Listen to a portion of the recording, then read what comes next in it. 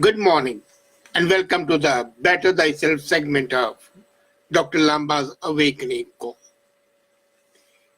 Many people want to change, but by change the thing, changing the outer demeanor, changing the behavior.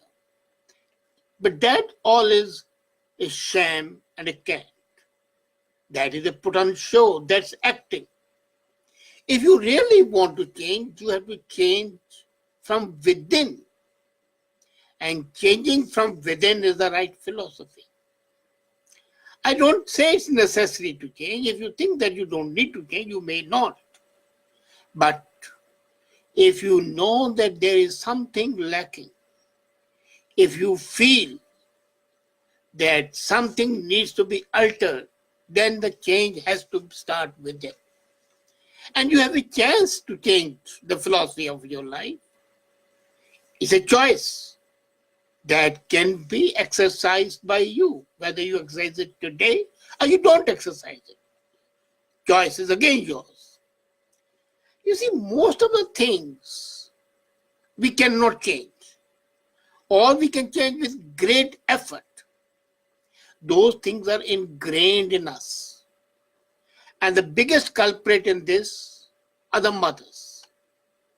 Mothers are the best mentors. They are the great teachers if they want to be. But in their exuberance of love, they lose sight of the reality, and many times they end up teaching wrong lessons to their kids. And those wrong lessons can be changed with great effort.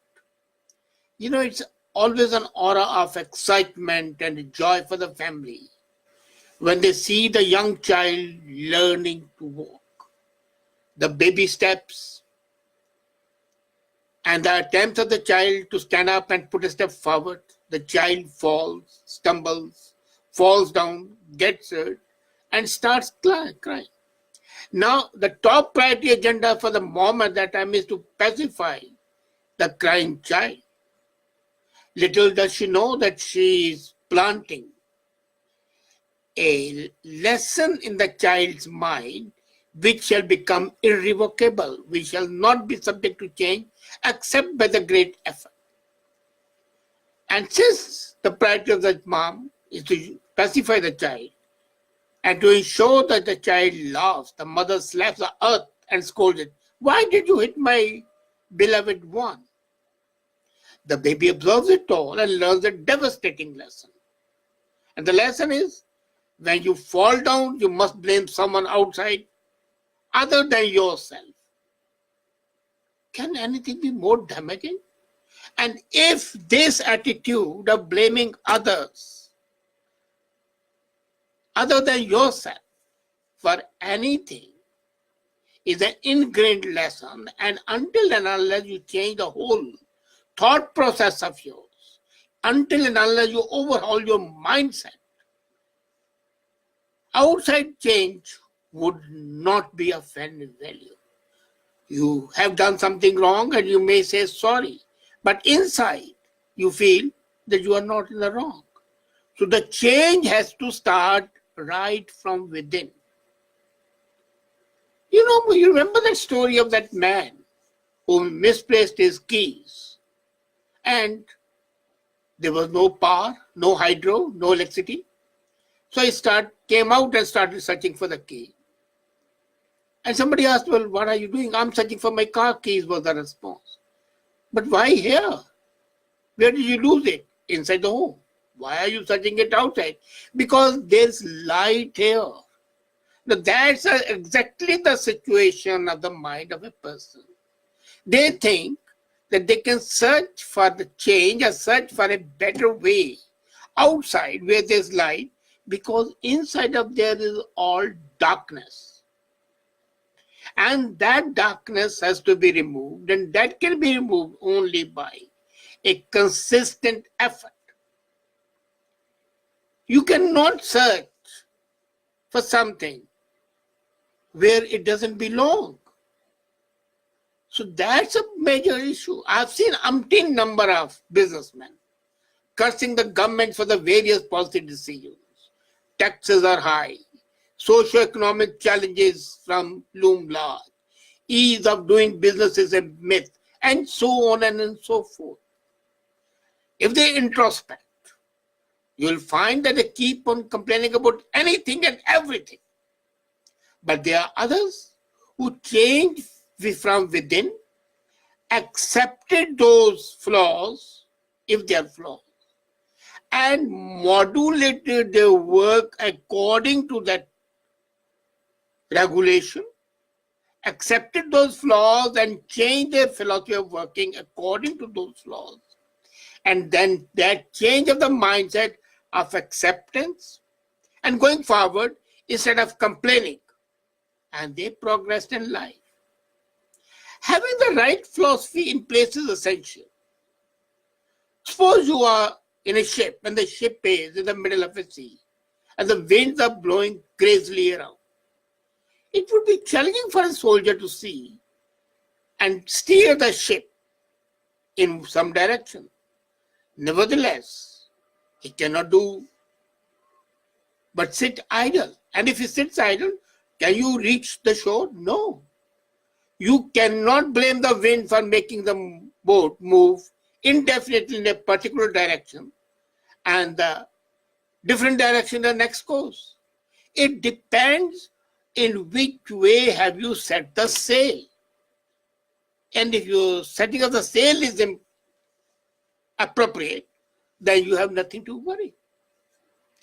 In corporate world, I have got thousands of executives surviving a lot of stress and frustration.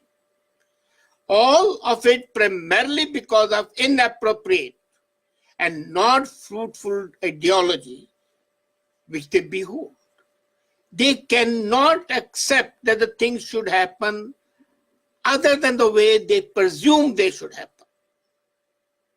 And that's why I call this change from within.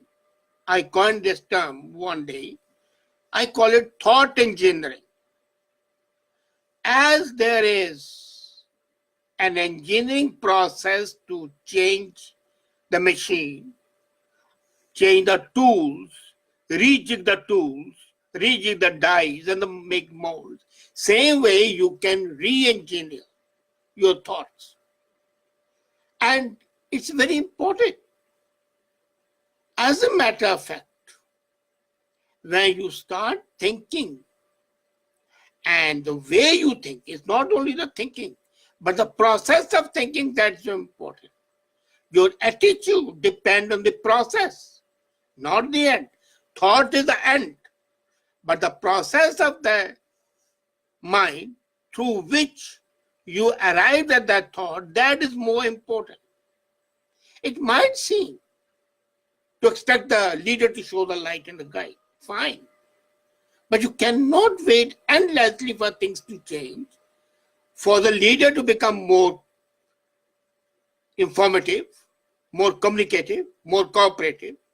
You cannot expect your spouse to become more tolerant all the time. You cannot expect your colleagues to become intelligent all the time. You have got to change as well and adjust with them. I don't say compromise. Now, compromise is something different. But adjustment is for you to do it.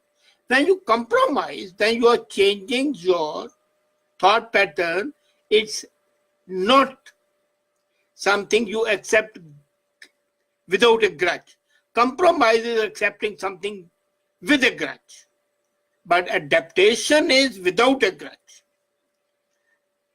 Suppose the teacher goes to a school and the students are a real horror. They are reckless, they are disobedient, they are noisy. If the parents can be demanding and the teacher is frustrated. Now herein comes the change from within. The teacher has to understand that he or she is not only a teacher, he or she is a transformer. And as a transformer, and if they wish to be a successful teacher, they'll have to accept the challenge. To reap the change, you have to be the change yourself. We always say we want to change. But do we change ourselves? That's $1,000,000 question. If the change is what we want, then we have got to change, and that change has to come from within. Ask yourself, what's your philosophy of life? Do you wait for a perfect situation to evolve before you start on any assignment? Maybe you begin walking with volumes of complaints and arguments that make your progress very challenging. Are you searching for the keys in the wrong place? That's a question that should haunt you. Until and unless you stop cursing others for your life situations, you cannot change your thought process. Your thought engineering has to start with you. You have an excellent opportunity to upgrade the philosophy of life. Exercise this choice of change from within. Now imagine another thing. If you change from the outside just as a matter of show, how long can you do it?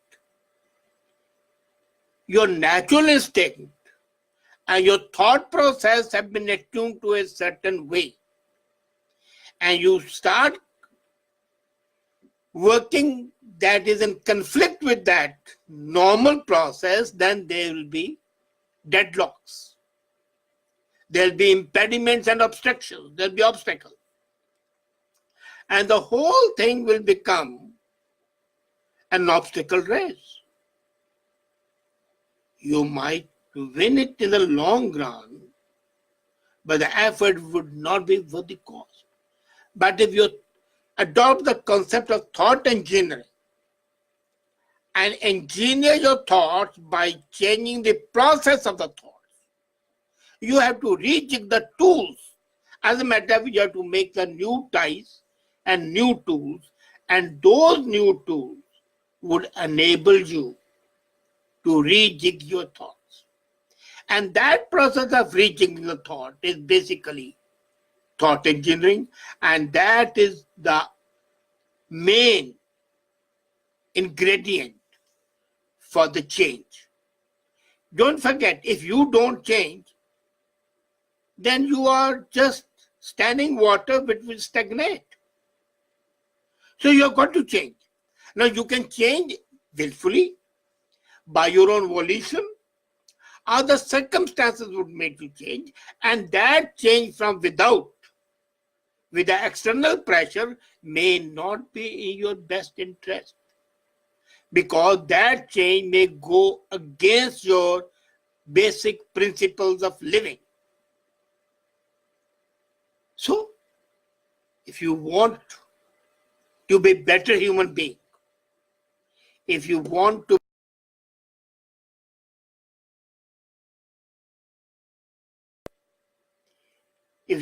be a person who is really capable of doing something, then it's important for you to change from within. And when I say change from within, I do not say change your value system. Now, let's understand the difference between your value system and your thought process. There is a value system is the end goal. Thought process is the way to achieve that goal. So the way you want to achieve that goal, that is equally important, and that should be your main concern. Bettering thyself means adopting proper means as well. Ends always do not justify the means, and the means to be a better human being is your thought process, your engineering, your inner self. Try it, and you will feel better. Thank you.